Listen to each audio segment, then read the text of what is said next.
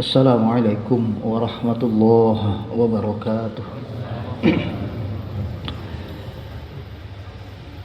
Innal hamdalillah nahmaduhu subhanahu wa ta'ala wa nastahdihi wa na'udzu billahi min syururi anfusina wa sayyiati a'malina. Man yahdihillahu fahuwal muhtad wa man yudlil falan tajida lahu waliyyan mursyida. Wa asyhadu an la ilaha illallah wahdahu la syarika lah wa asyhadu anna Muhammadan abduhu wa rasuluh. Allahumma fashalli wa sallim wa barik ala hadan nabiyyil karim nabiyyina wa habibina wa qudwatina Muhammadin wa ala alihi wa sahbihi ajma'in wa ba'du. Fa subhanallahi la ilma lana illa ma 'allamana Allah innahu huwal alimul hakim. Alhamdulillah, puja-puji kita panjatkan kehadirat Allah Subhanahu wa taala yang dengan limpahan taufik, inayah dan maunah darinya jualah pada pagi hari ini kita dapat kembali mengikuti kajian ba'da subuh ini. Baik, hari ini kita bahas tafsir surat Ali Imran. Surat yang ketiga ayat 190 sampai akhir. Jadi insyaallah kita lihat berapa ayat yang bisa kita capai pada kesempatan hari ini, dan nanti kita lanjut Sabtu depan kalau belum selesai. Ayat itu berbunyi, a'udzubillahi minasyaitonirrajim. Inna fi khalqis samawati wal ard wa ikhtilafil laili wan nahar la ayatil liulil albab. Sesungguhnya di dalam penciptaan langit dan bumi dan silih bergantinya malam dan siang, sungguh benar-benar adalah merupakan tanda-tanda kebesaran Allah bagi ulul albab. Siapa ulul albab?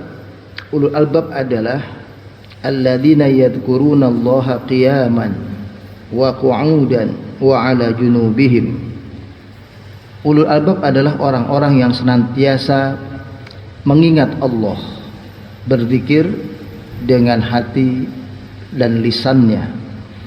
Qiyaman, baik berzikir dalam keadaan berdiri, wa qu'udan, atau dalam keadaan duduk, wa 'ala junubihim, atau dalam keadaan berbaring, ya, dalam tidur-tiduran dia juga tetap ingat kepada Allah. Wa yatafakkaruna fi khalqis samawati wal ard, dan orang-orang ulul albab ini juga adalah yang senantiasa merenung, melakukan tafakkur, ya, memikirkan fi khalqis samawati wal ard, tentang penciptaan langit dan bumi ini. Jadi dia berpikir tentang langit dan bumi. Rabbana ma khalaqta hadza batilan, hasilnya dari memikirkan langit dan bumi dan berzikir tadi, maka dia katakan kata-kata yang tulus keluar dari hatinya, Tuhan kami, tidaklah Engkau ciptakan semua ini dengan sia-sia. Tidaklah Kau ciptakan semua ini dengan tanpa tujuan, semua dengan adanya maksud dan tujuan. Subhanak, Maha suci Engkau. Seharusnya kami begini sebagai hamba, tapi yang terjadi kami mungkin belum sempurna melakukan itu semua terhadap-Mu. Faqina adzabannar, maka selamatkan kami dari siksa api neraka.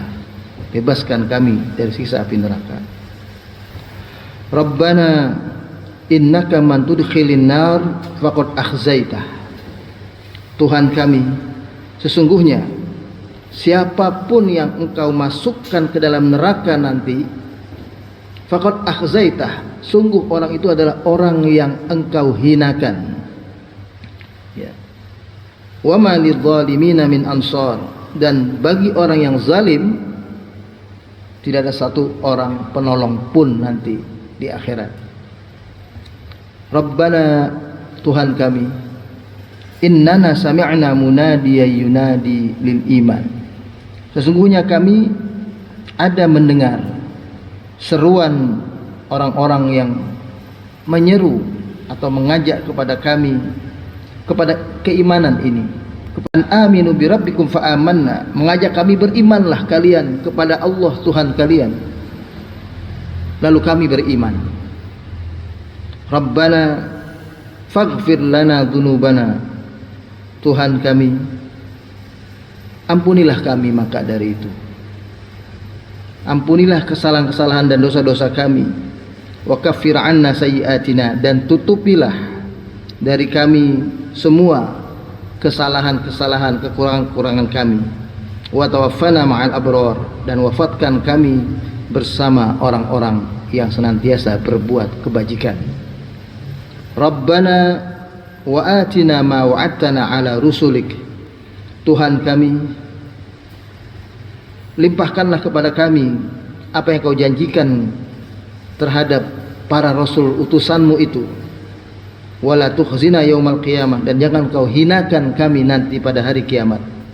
Innaka la tukhliful mi'ad, sesungguhnya engkau adalah zat yang tidak mengingkari janjinya. Fastajaba lahum rabbuhum, maka Allah memberikan ijabah, menjawab, merespon dengan baik semua apa yang diminta dalam doa-doa hamba-hambanya itu. Anni la udhi'u amal amili minkum min dzakarin au unta, bahwa kami, kata Allah, bahwa aku, ya ini bahasanya aku tidak akan menyia-nyiakan amal perbuatan apapun yang dibuat di antara kalian, yang kalian buat, baik kalian itu laki-laki atau perempuan, bapak, ibu-ibu, semua aku tidak akan sia-siakan amal kebajikan yang kalian perbuat. Semua dapat nilai yang sama. Ba'dukum min ba'd, sebagian kalian sama saja, mau yang kalian darah biru, darah merah, darah coklat, darah putih, darah apapun, asal dari manapun, semuanya sama nilainya dari Allah. Falladzina hajaru, maka orang-orang yang beramal soleh itu sampai pada tingkatan dia melakukan hijrah, ya, meninggalkan Mekah menuju Madinah. Wa ukhriju min diyarihim, sampai menjadi orang-orang yang terusir dari kampung halamannya sendiri. Ini amalnya sampai seperti itu. Jadi tingkatan amalnya sudah sangat tinggi, ya. Wa udhu fi sabili, dan orang-orang itu sampai disakiti karena sebab taat kepadaku, ya, mentaati jalanku ini. Wa qatalu, dan mereka berperang di jalan Allah. Wa qutilu, dan sampai akhirnya terbunuh di jalan Allah. Ini amalan tertinggi, ya. La ukaffiranna anhum sayyi'atihim, sungguh benar-benar akan aku hapuskan semua dosa dan kesalahan mereka. Wala udkhilannahum jannatin tajri min tahtihal anhar, dan sungguh benar-benar akan aku masukkan mereka semua ke dalam surga yang mengalir di bawahnya sungai. Thawaban min indillah, itu adalah pahala yang besar dari Allah. Wallahu indahu husnul thawab, dan Allah pada sisinya memiliki pahala yang sangat luar biasa besar dan baiknya. Baik para jemaah sekalian, kita cukupkan sampai ayat 195. Kita lihat apakah juga itu sampai nanti, ya. Ayat ini didahului dengan satu peristiwa. Jadi ketika turun ada beberapa peristiwa yang mendahuluinya. Yang pertama, ini ada yang mengartikan, ya, ketika turun ayat ini itu dikatakan ada orang-orang Yahudi dan Nasrani yang mereka didatangi oleh orang-orang kafir Quraisy. Jadi orang-orang kafir Quraisy yang mendapatkan dakwah dari Nabi itu ingin melihat orang yang dikatakan ahli kitab, yang dulu pernah menerima ajaran para nabi sebelumnya, yang mereka katakan mereka adalah percaya kepada hari kiamat, yaitu Yahudi dan Nasrani. Maka orang-orang musyrikin ini bertanya kepada orang-orang Yahudi dan Nasrani itu, ya. Jadi pertanyaannya itu adalah, ya, kepada orang Yahudi, orang musyrikin mengatakan begini,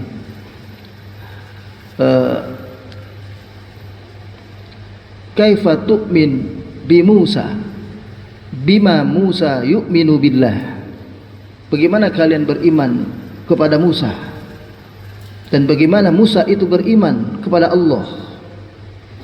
Kemudian jawab oleh orang Yahudi, Musa alaihissalam membuktikan dia utusan Allah kepada kami dengan dia bil asa, dengan kemampuan mukjizatnya, kelebihannya dia punya tongkat ya. Tongkatnya bisa berubah menjadi seekor ular besar. Wa minhu idza adkhala yadahu ya, kalau dan dari dia ketika dia masukkan tangannya ala jaibihi ke dalam badannya ya. Jadi kalau baju orang Arab itu ada yang kayak jas begitu, dimasukkan tangannya, begitu keluar ya, itu nampak satu sinar putih terang, tasur nadhin, melihat semua orang menjadi melihat itu hal yang luar biasa. Summa ya'ti al-musyrikun, kemudian datanglah orang musyrik itu kepada orang-orang Nasrani ya. Bima tu'minu bi Musa abi Isa, bagaimana kalian beriman kepada Isa ya. Kemudian disebutkan kaifa Isa, dan bagaimana Isa alaihissalam. Disebutkan Isa alaihissalam itu adalah tukrihul akmah, tubrihul abros, wa tuhyil mauta wa yuhyil mauta. Nabi Musa itu adalah sosok yang bisa menyembuhkan banyak penyakit. Orang yang lepra, yang sakit kulit sembuh. Orang yang mati maksud saya bisa hidup lagi. Itulah Nabi Isa alaihissalam. Makanya kami beriman pada ajarannya. Mendengar itu, langsung dia datang kepada Rasulullah Muhammad sallallahu alaihi wasallam. Ya Muhammad, wahai Muhammad, kalau gitu kami tahu orang dari Yahudi beriman kepada Musa karena Musa punya kelebihan ini itu. Kemudian orang Nasrani beriman kepada Isa karena punya kelebihan ini itu. Maka kami minta kepada engkau, isna' lana zahaban fis Safa, buat untuk kami gunung emas Bukit Safa itu. Bukit Safa ganti jadi emas. Jadi orang musyrik itu minta kepada Nabi seperti itu. Berarti kan utusan Allah pasti hebat, pasti bisa punya ini itu kelebihan. Sekarang bikin untuk kami jadi emas ya. Ini kalau orang orientasinya dunia ya, mata emasan ya, mata duitan istilahnya, mintanya juga kayak begitu. Buat itu Bukit Safa menjadi emas. Kemudian Rasulullah tidak menjawab langsung. Lalu kemudian turunlah ayat-ayat ini. Tidak berapa lama kemudian ya, itu ada satu riwayat begitu. Tapi riwayat yang paling kuat yang saya baca ini justru riwayat yang membuat kita terharu ya. Riwayat itu sampai saya baca, saya bawa kitabnya ini supaya saya tidak salah membacanya. Riwayat tentang turunnya ayat ini adalah dikatakan di sini, ruwiya anna Aisyah Ummul Mukminin radhiyallahu anha su'ilat an a'jabi ma ra'athu min Rasulillahi sallallahu alaihi wasallam. Dalam satu riwayat ya, riwayat itu ujungnya Ibnu Abbas ya. Dikatakan di sini bahwa Aisyah Ummul Mukminin, semoga Allah meridhoinya, pernah ditanya oleh para sahabat ya, apa yang paling menakjubkan yang beliau alami hidup bersama Rasulullah sallallahu alaihi wasallam. Ini luar biasa pertanyaannya. Ya, keadaan apa yang paling engkau nikmati, engkau rasakan luar biasa dalam hidupmu menjadi seorang istri Rasulullah? Fabakat tsumma qalat. Aisyah kemudian menangis. Dan kemudian dia berkata begini, kana kullu amrihi ajaban. Sebenarnya semua yang aku alami bersama beliau, apa yang dari tingkah laku beliau, semuanya menakjubkan aku, semuanya membuat aku senang. Kata Aisyah, atani fi lailati allati yakunu fiha indi. Hanya memang ada satu hal yang ingin aku sampaikan kepada kalian, karena kalian bertanya. Suatu hari Rasulullah mendapatkan giliran untuk menemui aku. Maksudnya kan karena istri Nabi ada beberapa orang. Malam itu gilirannya Aisyah. Datang kepadaku Aisyah. Kata Nabi, kata Aisyah, ya, yakunu fiha indi, itu adalah giliranku, indi, jadi bagianku malam itu, ya, istilahnya. Dan biasanya kalau giliran malam itu terus bergaul, karena itulah kesempatan. Apalagi istri Nabi ini yang paling muda, satu-satunya yang perawan, ini boleh dibilang seperti itu. Fattaja'a bi janbi hatta massa jildahu jildi. Kemudian dia tidur berbaring di sampingku sampai bersentuhan kulitku dengan kulitnya, ya. Yang namanya tidur bareng suami istri tersentuh. Jadi itu Pak, tidur bareng suami istri mesti ada sentuhan. Nah, itu biar ada apa, rasa kasih sayang. Jadi bukan tidur istrinya di pojok kanan, suaminya di pojok kiri. Nah, istrinya ngadep ke kanan, suaminya ngadep ke kiri misalnya. Ya, itu kalau bisa dua-duanya saling berhadapan atau dua-duanya mendekat. Nah, itu begitu. Kalau suami istri ini ya, kalau tidur itu begitu disuruhnya. Nah, Nabi juga begitu. Ya. Tsumma qala li ya Aisyah. Kemudian Nabi bilang begini, wahai Aisyah, ala ta'dinina li an ata'abbad Rabbi azza wa jal. Apakah boleh untuk malam ini saja engkau izinkan aku untuk lebih dekat kepada Allah Tuhanku. Aku ingin berdialog, ingin beribadah kepada Allah Tuhanku. Di malam itu giliran malamnya Aisyah, tapi Nabi tidak menggawili dia. Dan waktu itu Nabi minta izin. Bisa nggak? Kalau Aisyah bilang enggak dong, udah kepengen sini, nah, itu nggak jadi itu. Nabi misalnya. Tapi Nabi Aisyah menjawab, jawaban Aisyah, fakultu ya Rasulullah, wahai Rasulullah, kata Aisyah, wallahi inni la uhibbu qurbaka wa uhibbu hawaka. Demi Allah, aku benar-benar ingin lebih dekat denganmu. Dekat denganmu, bergaul denganmu, berhubungan badan denganmu, itu sangat aku sukai. Dan aku sukai hawaka. Hawaka itu artinya aromamu, apa yang kau perbuat kepadaku dari pergaulan suami kepada istrinya lah, itu begitu. Yang artinya di sini uhibbu alla tufariqani, yang intinya aku tidak ingin engkau tinggalkan. Kalau bisa begitu. Yang aku mau begitu, aku tidak ingin engkau tinggalkan. Tapi wa uhibbu ma yasarraka mimma tahwahu.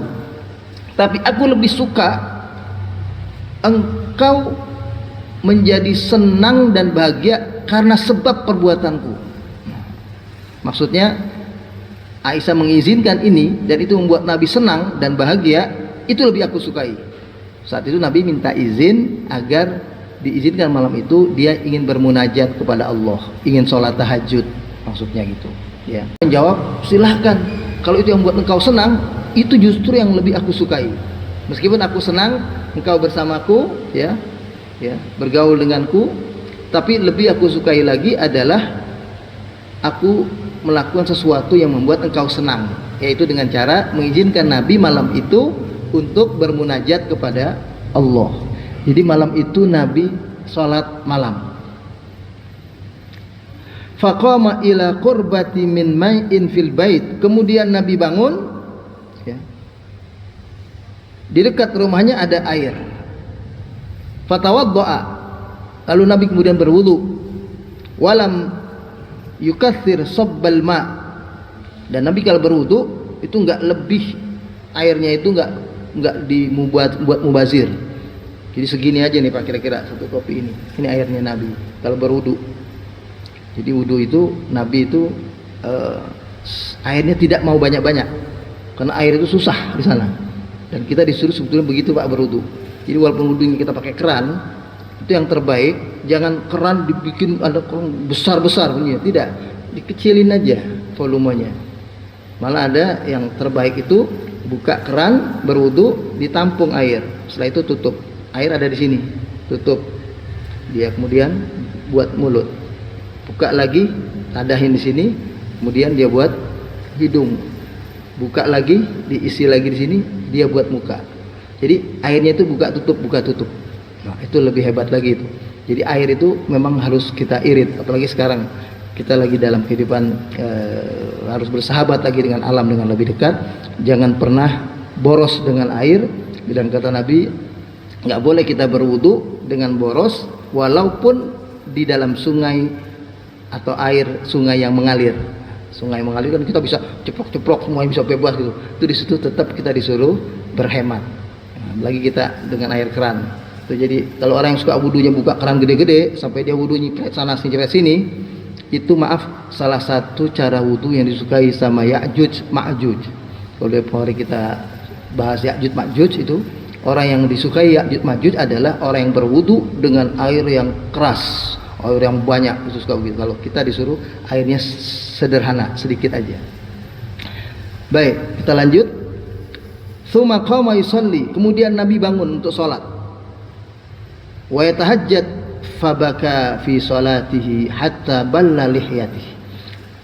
Beliau sholat tahajud lalu menangis dalam sholatnya, dan ketika menangis sampai air mata tangisannya itu membasahi janggutnya. Jadi janggut sampai basah, Pak. Jadi air matanya keluarnya banyak ya. Tsumma sajada fabaka, kemudian beliau sujud hatta ballal ard, sampai tempat sujudnya basah. Dia sujud, sejadahnya itu jadi basah ya. Tsumma taja'a ala janbihi fabaka, kemudian dia bangun, duduk dan masih menangis. Jadi ketika dia duduk, baik duduk tahiyat atau duduk yang di antara dua sujud, hatta idza ata Bilal yu'adzinuhu bi salatil fajr, semua itu beliau lakukan salat malamnya yang sampai menangis itu sampai waktu fajar masuk, Bilal mau azan ya. Bilal mau azan, beliau masih salat. Ra'ahu yabki, Bilal melihat Rasulullah menangis. Faqala ya Rasulullah, maka Bilal penasaran bertanya, ya Rasulullah, ma yubkika wa qad ghafarallahu laka, apa hal yang membuat engkau menangis padahal engkau sudah sosok yang Allah pasti ampuni. Ma taqaddama min danbika wa ma ta'akhkhar, dosa-dosamu sudah Allah pasti ampuni, dosa yang lalu maupun dosa yang akan datang Allah sudah jamin akan diampuni. Kok masih bisa-bisanya engkau menangis dalam ibadahmu seperti itu? Faqala lahu waihaka ya Bilal, kemudian Rasulullah menjawab, Bilal, kamu enggak tahu, kamu enggak ngerti. Wa ma yamna'uni an abkiya, apa yang membuat aku tidak bisa mencegah diriku untuk bisa menangis seperti ini? Artinya ini keluar air mata secara otomatis begitu, karena waqad anzalallahu alayya fi hadhihi lailati hadhihi ayat, karena sesungguhnya Allah Tuhanku memberikan wahyu, menurunkan wahyu kepadaku ayat-ayat berikut ini. Sedang sholat, sudah dapat wahyu ayat-ayat ini. Ayat-ayat itu adalah inna fi khalqis samawati wal ard wa ikhtilafil laili wan nahar la ayatil liulil albab. Faqara'aha ila akhir surah. Beliau membaca ayat yang turun ini sampai ujung surat. Jadi wahyu itu turun ayat ini sampai ayat 200, sampai ujung ayat surat Ali Imran. Jadi turunnya surat ayat yang ke-190 Ali Imran ini sampai dengan ayat yang terakhir, yang seperti kita insyaallah akan membahasnya ini. Nabi bilang turun ayat ini, kemudian beliau katakan tsumma qala wailun liman qara'aha wa lam yatafakkar fiha, celaka siapapun di antara umatku yang membaca ayat ini, membaca ayat-ayat dalam surat Ali Imran ayat terakhir ini, tapi dia tidak melakukan tafakkur, dia tidak merenung tentang apa yang ada dalam kandungan ayat ini. Nah, ini salah satu asbabun nuzul ayat ini.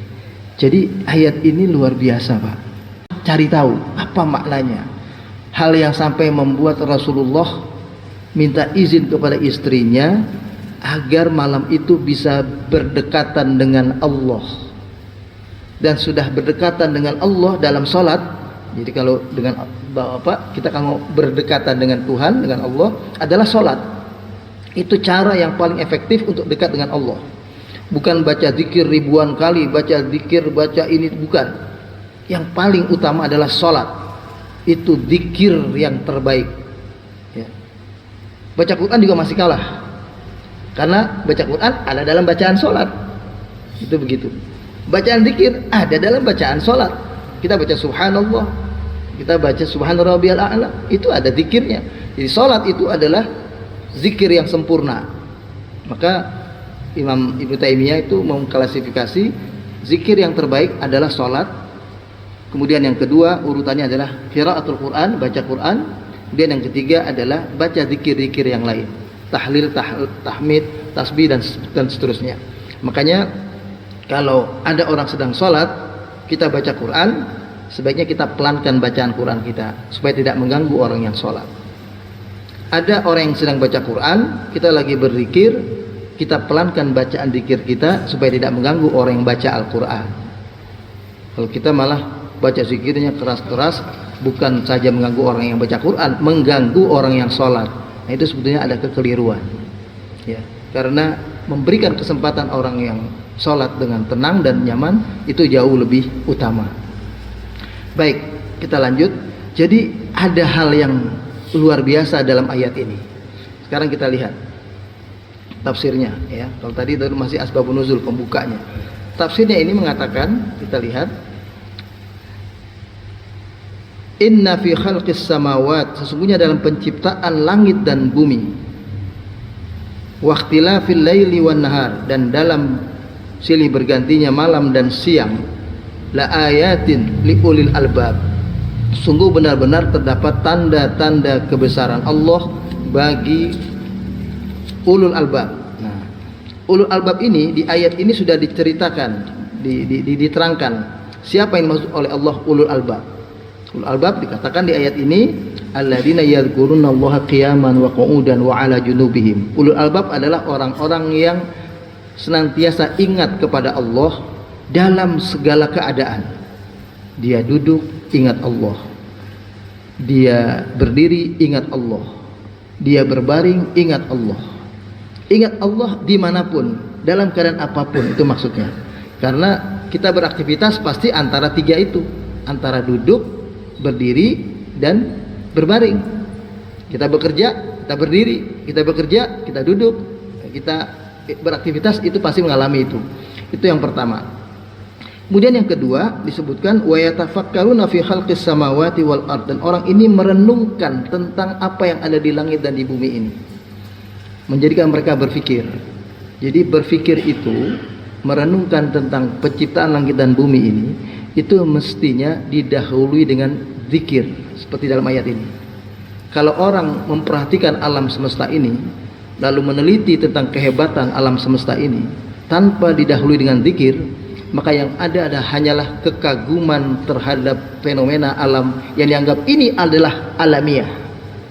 Tapi kalau didahului dengan zikir, ya, ingat kepada Allah, kita sudah beriman kepadanya, lalu kita memikirkan tentang penciptaan langit dan bumi, maka hasil dari kita merenung memikirkan langit dan bumi ini Allah ciptakan bagaimana, itu membuat kita bertambah keimanan, bertambah dekat kepadanya.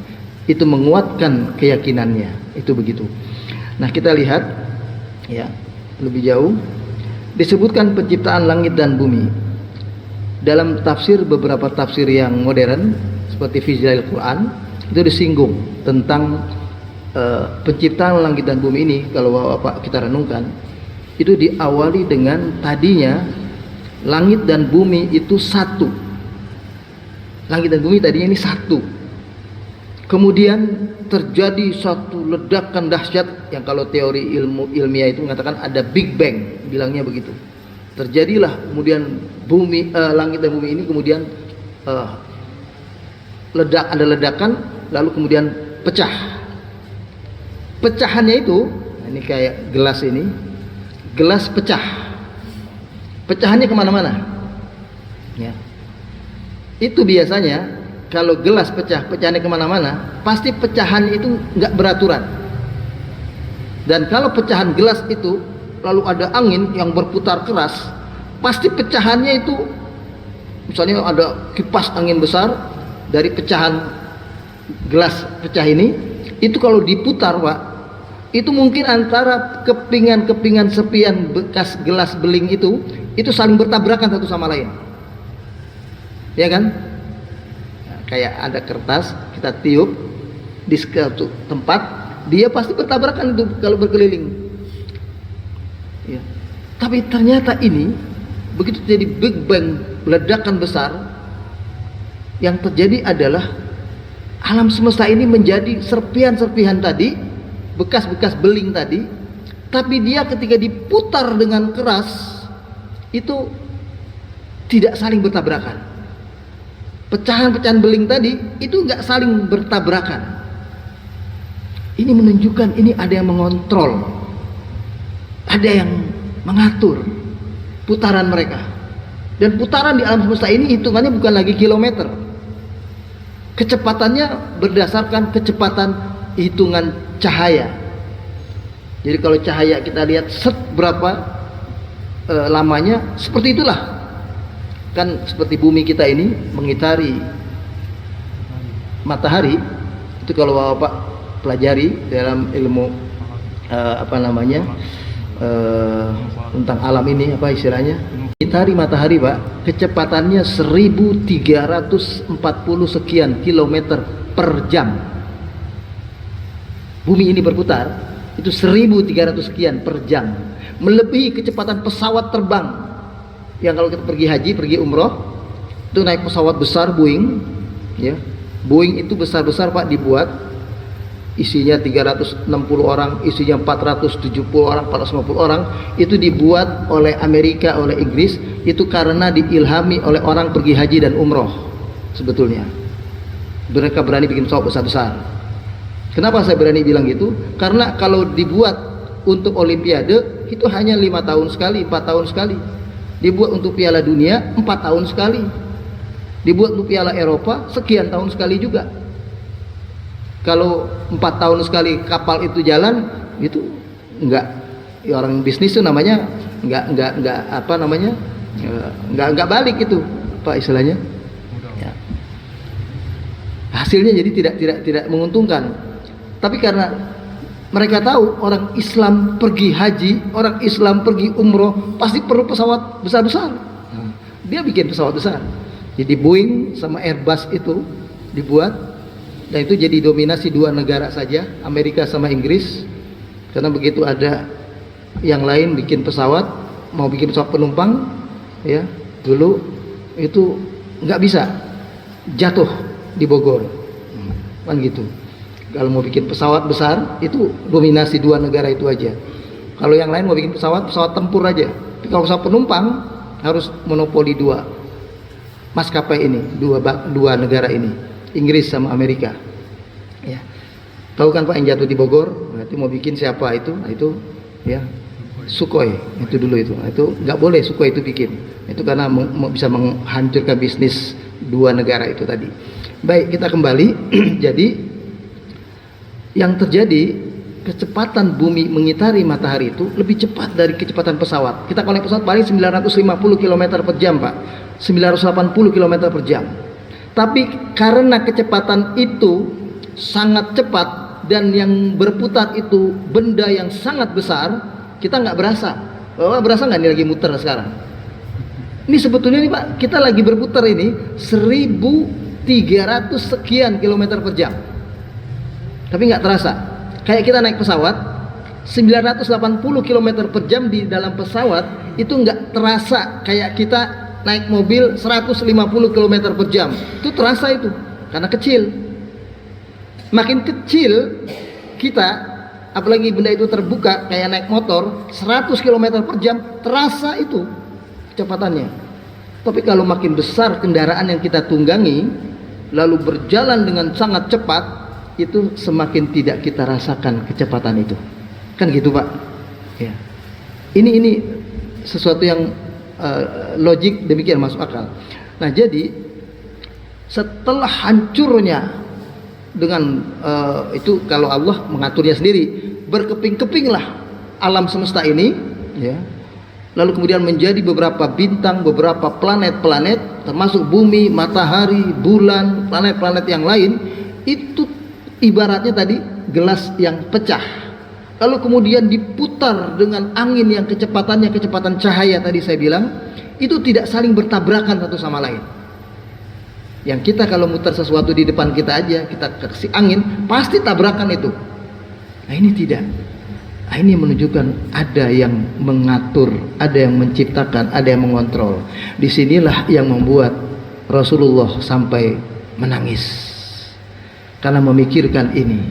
Ternyata alam semesta ini adalah tanda nyata Allah itu ada. Tanda nyata, bukti kebesaran Allah. Dan kita disuruh memikirkan tentang ciptaannya, kebesarannya, bukan tentang dia. Kalau memikirkan tentang dia, tentang Allah, kita tidak akan sanggup. Kata Nabi, tafakkaru fi khalqillahi wala tafakkaru fi dzatihi. Hendaklah kalian banyak berfikir dan merenungkan tentang ciptaannya, dan jangan pernah berfikir tentang dia, tentang Allahnya, zatnya. Gimana Allah kalau melihat ya, pakai CCTV atau pakai apa? Gimana Allah yang menciptakan malaikat? Bagaimana Allah mendengar kita ya? Kok dia bisa mendengar semuanya? Kok dia bisa mencatat semuanya? Bagaimana Allah kayak malaikat, gambarnya kayak ada sayapnya gitu, kayak wajahnya perempuan, sayap, dia mata malaikat begitu. Allah kayak apa ya bentuknya? Nah itu kita nggak akan sampai, kita nggak boleh. Ya. Makanya disuruh oleh Nabi, renungkan saja, pikirkan saja tentang ciptaan Allah. Jangan merenungkan, memikirkan tentang zatnya Allah. Kita nggak akan sampai. Jadi di sini dikatakan sesungguhnya dalam penciptaan langit dan bumi ini, ya, dan silih bergantinya malam dan siang. Malam dan siang ini berubah-ubah, Pak. Kita aja berubahnya sedikit, mungkin nggak terasa. Sebulan 2 bulan yang lalu kita sholat subuh masih jam 4 lewat 4 menit, lewat 5 menit, lewat 6 menit. Pernah ingat Pak? Iya kan? 2 bulan yang lalu sholat subuh kita sekian. Sekarang sudah lewat subuh kita sudah jam 4 lewat 30 menit. Dan nanti terus ini masih terus sampai biasanya 4:47 menit. Sampai sekian biasanya. Ya, makin siang. Di sana Pak, di Timur Tengah, di Eropa, itu lebih terasa lagi perubahan itu. Kalau musim panas itu siangnya itu sangat panjang. Banyak orang kalau berpuasa di siang hari di daerah Timur Tengah, di Eropa sana, itu puasanya sangat lama, panjang. Siangnya itu panjang. Matahari lambat untuk terbenam. Ya, jadi malamnya pendek. Sementara ketika musim dingin, sekarang ini nih lagi musim dingin di sana, itu malamnya panjang, siangnya pendek. Ya. Jam 5:20 sampai subuhnya itu bisa jam 6:15 sampai hampir jam 6:30 malam itu. Jadi kita udah tidur malam itu udah puas, masih belum subuh. Makanya bisa sholat tahajud tuh di situ. Orang banyak sholat tahajud itu kalau di sana itu di musim dingin, ya, karena bisa bangun dengan mudah. Ya kalau musim panas orang bisa bangun tahajud itu luar biasa. Nah di sini Allah katakan silih bergantinya malam dan penciptaan langit dan bumi ini adalah tanda-tanda kebesaran Allah bagi ulul albab. Kita lihat ayat yang lain tentang silih berganti malam dan siang. Pernah nggak Bapak, para jamaah ibu-ibu, membayangkan bagaimana ketika Allah menjadikan malam terus menerus dan siang terus menerus? Silakan dilihat surat Al-Qasas, surat yang ke-28 ayat 71 sampai dengan ayat 73. Allah katakan begini, Qul ara'aytum in ja'alallahu 'alaikum al-laila sarmadan ila yaumil qiyamah. Katakanlah wahai Muhammad kepada umatmu. Jadi Nabi disuruh sampaikan kepada kita untuk kita berpikir, kalian semua, bagaimana pendapat kalian? jika seandainya Allah menjadikan untuk kalian malam ini berlangsung terus menerus sampai hari kiamat. Hidup kita cuma malam aja. Man ilahun ghairullah ya'tikum bidiya. Siapa Tuhan selain Allah yang bisa mendatangkan sinar sehingga menimbulkan adanya siang hari? Afala tasma'un? Apakah kalian tidak berfikir melalui pendengaran kalian? Qul ara'aitum, bagaimana pendapat kalian? In ja'alallahu 'alaikumun nahara sarmadan ila yaumil qiyamah. Jika seandainya Allah menjadikan siang hari ini berlangsung terus menerus sampai hari kiamat, nggak ada malam. Man ilahun ghairullah ya'tikum bilailin taskununa fihi. Siapa Tuhan selain Allah yang sanggup mendatangkan malam gelap yang membuat kalian bisa beristirahat dengan tenang? Itu gambarannya malam itu untuk istirahat. Afala yubsirun? Apakah kalian afala tubsirun? Apakah kalian tidak berfikir melalui penglihatan kalian?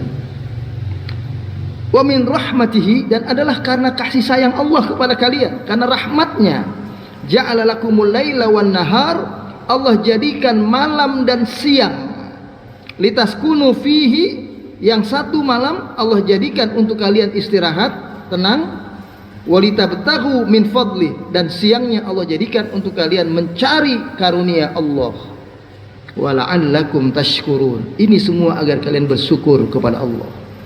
Terbayang nggak Pak oleh kita seandainya hidup ini malam terus atau hidup ini siang terus?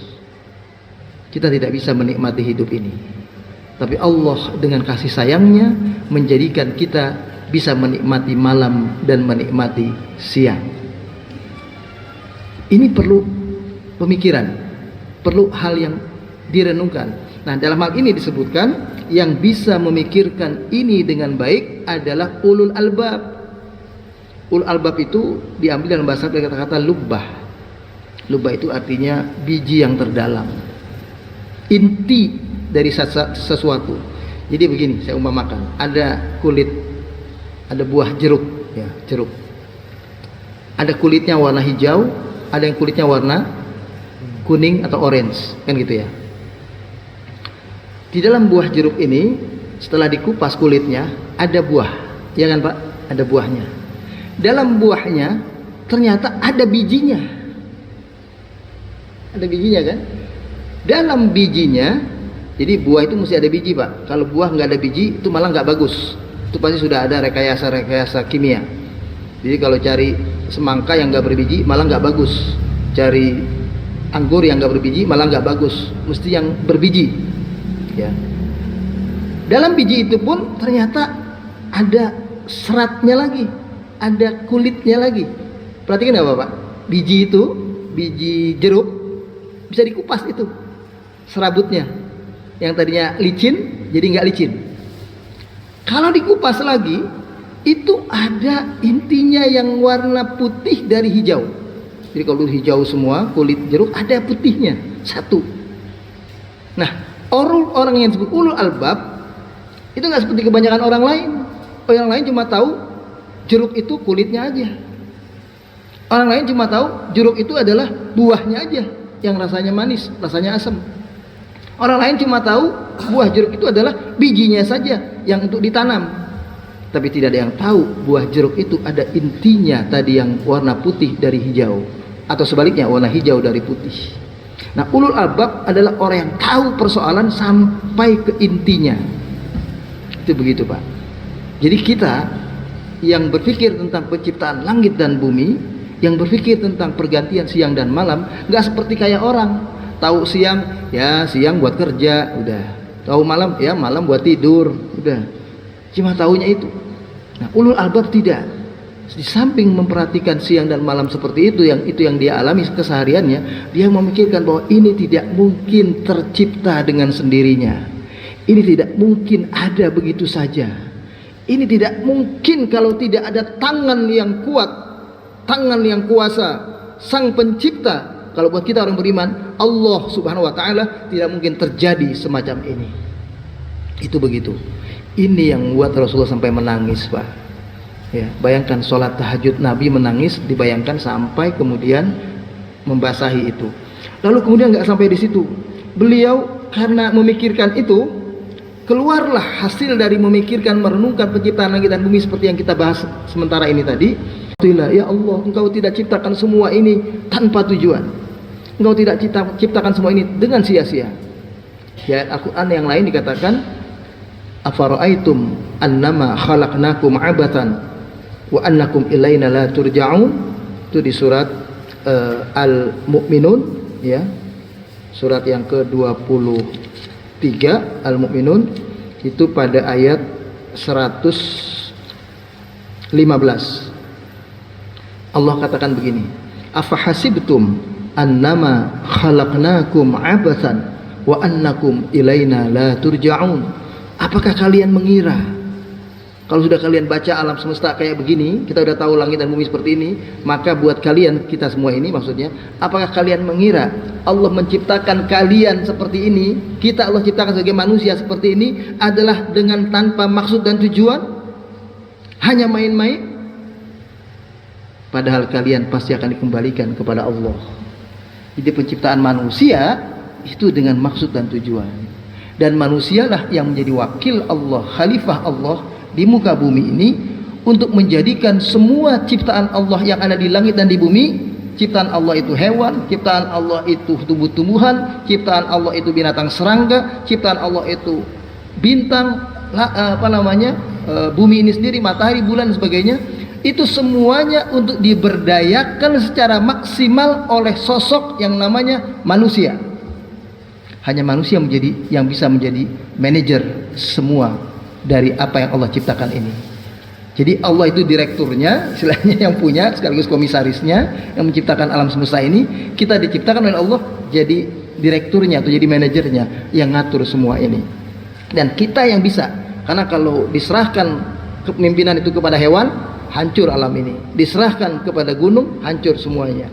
Maka diserahkan oleh Allah kepada kita yang namanya manusia. Jadi para jemaah sekalian, ayat ini ya begitu dibaca oleh Nabi sampai kepada kalimat Rabbana ma khalaqta hadza batilan, ya Allah, tidaklah Engkau ciptakan ini semua dengan sia-sia. Maka Nabi langsung katakan subhanak, maha suci Engkau ya Allah. Berarti aku ini selama ini yang seharusnya melakukan sesuatu apa yang menurut perintahmu, karena Engkaulah yang menciptakan aku dan Engkaulah yang menciptakan semua kebutuhan hidupku. Dengan adanya alam semesta ini yang diciptakan oleh Engkau untuk aku, tolong digaris bawahi, alam semesta ini tidak Allah ciptakan kecuali untuk manusia. Surat Al-Baqarah ayat 29 bunyinya begini, huwallazi khalaqalakum ma fil ardi jami'an. Allah menciptakan semua yang ada di muka bumi ini untuk kalian. Sebab kita manusia, Allah ciptakan matahari. Sebab kita manusia, Allah ciptakan bulan. Sebab kita manusia, Allah ciptakan bumi ini. Sebab kita manusia, Allah ciptakan tanah yang nampak datar untuk kita hidup di dalam bumi ini. Allah ciptakan hewan, Allah ciptakan tanaman-tanaman untuk kita manusia semuanya. Itu begitu. Nah, itu luar biasa. Makanya Nabi katakan, subhanak, maha suci Engkau ya Allah. Kalau aku melakukan kebaikan-kebaikan selama ini, aku sujud, aku sholat, aku ibadah selama ini, ternyata masih belum cukup ya Allah. Ini Nabi, Pak. Ini sedang membicarakan Nabi ini. Nabi saja sampai keluar dari mulutnya, subhanak, faqina adzabannar, maka selamatkan kami dari siksa api neraka. Jadi kalau kami salah ya Tuhan, ampuni kami ya Allah. Selamatkan kami supaya tidak dijilat oleh api neraka. Minta begitu. Ini para jemaah sekalian, kita baru bisa sampai ayat ini barangkali 191. Ayat-ayat berikutnya menarik, ayat-ayat yang diawali dengan kalimat Rabbana, Tuhan kami, dan doa. Dan ini sampai 5 kali. Sebelum supaya saya ada kesempatan buat jemaah berdialog, bertanya, saya akhiri sampai di sini ayat ke 191. Silakan para jemaah kalau ada yang ingin bertanya.